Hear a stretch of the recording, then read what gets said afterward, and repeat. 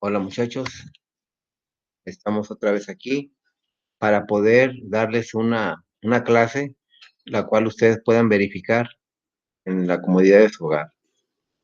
Eh,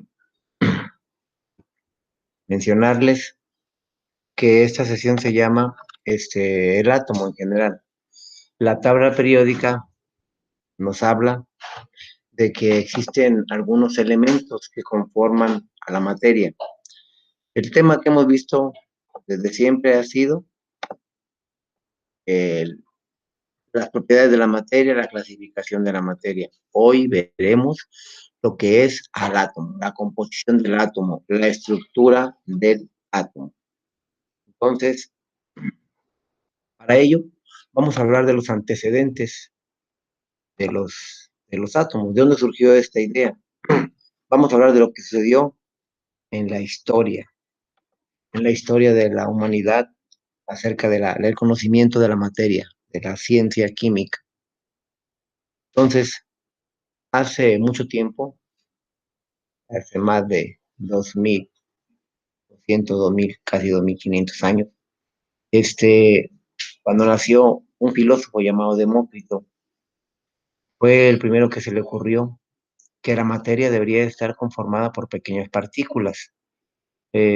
Imagínense ustedes que entramos con un microscopio a cualquier material que conocen y como un gis, por ejemplo, o un polvorón, y empezamos a desmenuzarlo. Va a llegar el momento en el que tiene que estar una pequeña parte muy, muy pequeña que ya no se pueda partir más.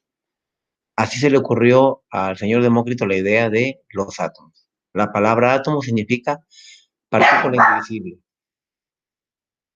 Entonces, esta era la idea de un filósofo, que en aquel tiempo, pues, un filósofo no experimentaba nada más, hacía deducciones lógicas, razonamientos. Fue hasta el año de 1808 cuando esta idea eh, tuvo frutos porque el primero que empezó a investigar acerca de la existencia de las partículas pequeñas que conforman a la materia fue el señor John Dalton. Hizo experimentos. Este ya era un científico porque experimentaba y seguía un método, el método científico. Entonces, con sus experimentos realizó 5 postulados que pudo comprobar. Dijo, los átomos son iguales, todos de un mismo elemento. Por ejemplo, todos los átomos de hidrógeno son iguales, todos los átomos de oxígeno son iguales entre sí, y todos los átomos de bromo son iguales entre sí, pero son diferentes entre diferentes elementos. Por ejemplo, los átomos de hidrógeno son muy diferentes en tamaño y forma de los átomos de oxígeno y así sucesivamente de los demás elementos de la tabla periódica. Entonces, todos son iguales entre sí y diferentes entre ellos. Otra cosa que comprobó el señor Dalton es que los átomos, al conjuntarse, podrían formar sustancias más complejas, a las cuales le llamamos compuestos. Ya lo vimos en el tema de la clasificación de la materia. Por ejemplo, si tenemos gas hidrógeno y gas oxígeno y lo juntamos en un contenedor, él así lo hizo, muchos científicos lo hicieron en su tiempo, se daban cuenta que se obtenían otras sustancias diferentes, por ejemplo, el agua. Si mezclamos carbón y oxígeno, lo hacemos reaccionar, se produce dióxido de carbono. A eso se le llama compuesto. En su tercer postulado dijo que los elementos se pueden combinar y formar compuestos. En su cuarto postulado, John Dalton mencionó que esas partículas ya no se pueden dividir más y que no pueden crearse de la nada ni desaparecer, sino que se están interconvirtiendo, se están reciclando, por así decirlo. Son pequeñas partículas. La idea de John Dalton en aquel tiempo, en el año de 1808, eran como pequeñas esferitas, muy pequeñas esferitas. Pasaron casi 100 años cuando en 1904 el señor Joseph Thomson se creía, según la idea de John Dalton, se creía que el átomo era neutro, sin cargas eléctricas ni nada. Pero el que descubrió una partícula eléctrica fue el señor Joseph Thomson y descubrió que esa partícula eléctrica era un electrón. Este hizo un experimento que se llamó el tubo de Crookes. Le voy a mostrar aquí un video del tubo de Crookes, exactamente como hizo el experimento. Este es el tubo de Crookes. Aquí hay un gas en su interior. le pone electricidad, me voy a adelantar poquito, y emitía una luz, un foco que conocen ustedes en la actualidad. Pero en aquel tiempo era una novedad, porque él demostró que esa luminosidad o esas partículas tenían carga. Con un imán lo verificó. Vamos a observar aquí cómo con este imán, vean, va a poner ahí el imán y vean cómo se repele, porque el polo, el imán le da la vuelta y se atrae y se repele. Y de esa manera dedujo que el átomo, voy a adelantarle, ustedes lo ven con calma, este video se lo voy a subir. La idea del átomo cambió y eso fue, modelo significa idea mental. ¿Cómo eran los átomos? Dalton decía que eran como pequeñas esferitas. Thomson mantuvo la idea de las esferitas, pero dijo, debe tener, debe haber sido como un pudín con pasas, como unas bolitas que tienen insertadas partículas, cargas, negativas insertadas en las positivas, que por eso es que el átomo es neutro, porque tiene las mismas partículas negativas y positivas. Y esta fue la idea en 1904 de cómo eran los átomos según el señor Thomson, Joseph Thomson. Pasaron algunos años, 7 años, cuando se presentó una nueva teoría con experimentos que hizo Ernesto Rutherford. Rutherford en 1911 descubre que, a diferencia de lo que creía Thomson, que era una masa sólida en la carga positiva, descubrió que había una carga positiva también, partículas pequeñitas, así como el electrón, pero que tenían carga positiva. Y a ese le llamó el protón. O sea, el señor Rutherford descubre el protón. Hizo un experimento que consiste en irradiar en una cajita de plomo. En ese tiempo ya se había descubierto que el átomo puede generar radiación. Ustedes saben que la radiación puede emitir, por ejemplo, una bomba atómica o un material radioactivo como el uranio. Son rayos que no se ven, no se notan, pero esos rayos son dañinos. En aquel tiempo no sabían. Rutherford, lo más seguro que ha de haber muerto de algún cáncer, porque esas radiaciones afectan la salud como con cáncer. No he visto la biografía, pero lo más seguro que ha de haber muerto de algún mal de este. Porque ellos experimentaban, por ejemplo, aquí ponía polonio, un elemento radiactivo que liberaba una radiación. Le ponía una laminilla de oro, se llama el experimento de la laminilla de oro, les pido que lo vean en un video de YouTube. Y entonces él dijo, se imaginó así, supuso esto, porque el rayo no atravesaba directo, sino que rebotaba. Entonces dijo, las partículas que se lanzan tienen carga positiva.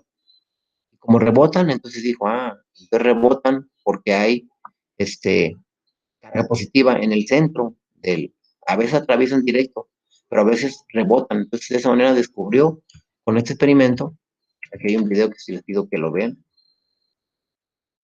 vamos a verificar. Esto no de la fórmula, no le da mucho caso. Pero entonces, el átomo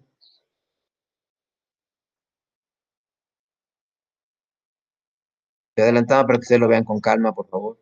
Así, las partículas pasaban directamente, pero de vez en cuando rebotaban, algo que no esperaban. Rebotaban las partículas que emitía el polonio, la radiación que emitía el polonio, que sabían que eran partículas positivas, con carga positiva, y dedujeron, al rebotar, dedujeron que era porque tenían cargas positivas y estaban concentradas en el.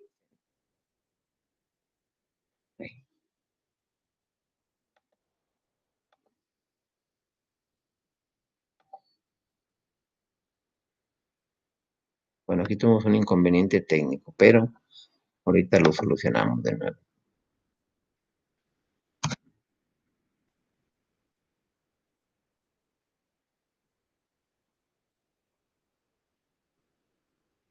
De esa manera, con el experimento de la laminilla de oro, que les pido que la observen, por favor, la observen en un video de YouTube o en este mismo video, en esta misma presentación donde viene,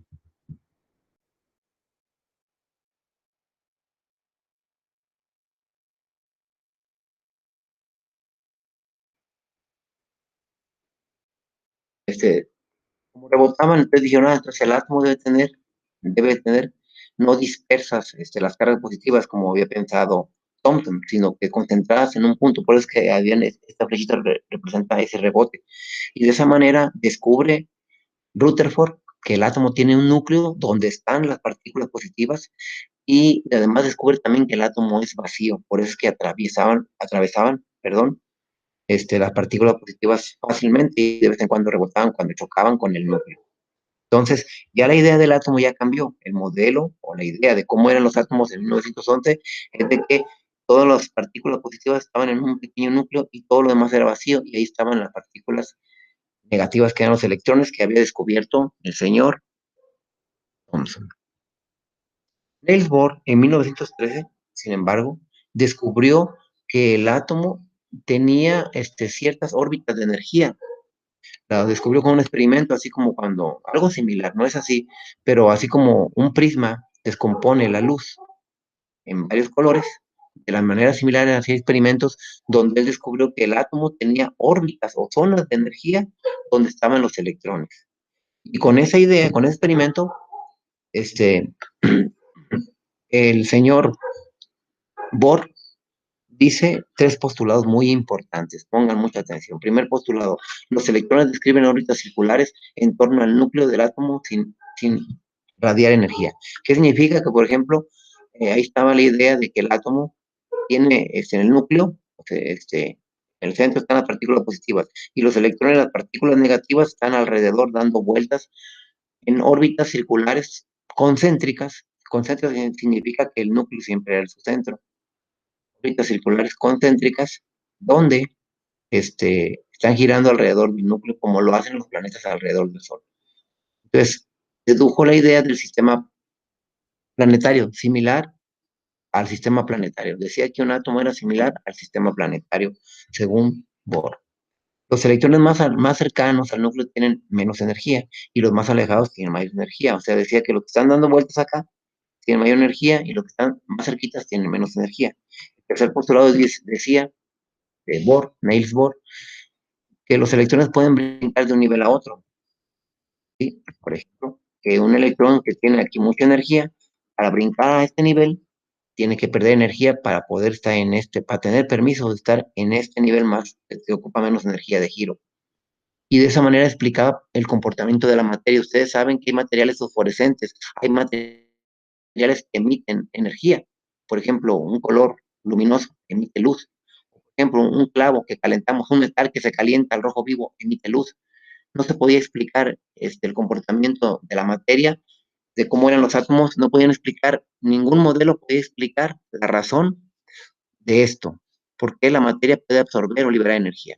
Ustedes, que hace mucho calor ahí en Villa Hidalgo, cuando traen ropa negra saben que más calor hace, porque el color negro, las sustancias de color negro tienen la capacidad o la propiedad de absorber energía, ¿verdad? Entonces, esa capacidad de la materia de absorber o liberar energía se puede explicar con el brinco que demostró el señor Bohr, ¿sí? Que los electrones pueden brincar de un nivel a otro.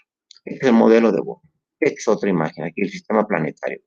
Entonces, están girando sobre órbitas circulares, que los más alejados tienen más energía, los electrones, y los electrones que están más cerquitas del núcleo tienen menos energía y que tienen la capacidad de brincar de un nivel a otro, liberando o absorbiendo energía. Eso es lo que dice Niels Bohr. Niels Bohr ganó premios Nobel por este descubrimiento, fue muy famoso. Sommerfeld hace experimentos similares junto con Bohr y corrige que las órbitas no son circulares, sino que las órbitas son elípticas y excéntricas, o sea que no siempre es el núcleo, no siempre es el centro. Finalmente, eso fue en 1932 cuando se escribe una tercera partícula, el neutrón, que es una partícula sin carga que se encuentra también en el núcleo.